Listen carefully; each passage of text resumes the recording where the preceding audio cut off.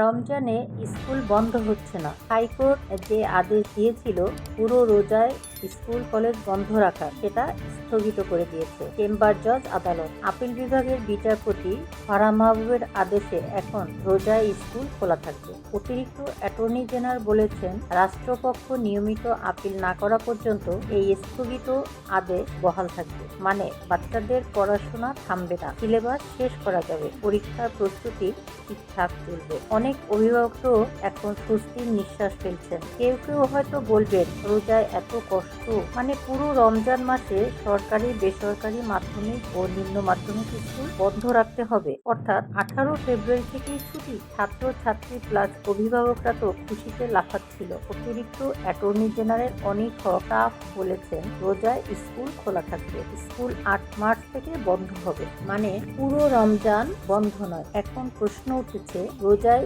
School চালানো কি ঠিক? গরমে রোজা রেখে ক্লাস করা কঠিন না? মাদ্রাসা প্লাস কলেজ তো আগেই বন্ধ, স্কুল কেন খোলা? এটা কি বৈষম্য? তোমরা কি বলো? কমেন্টে জানাও। স্কুল বন্ধ হওয়া উচিত নাকি খোলা থাকা?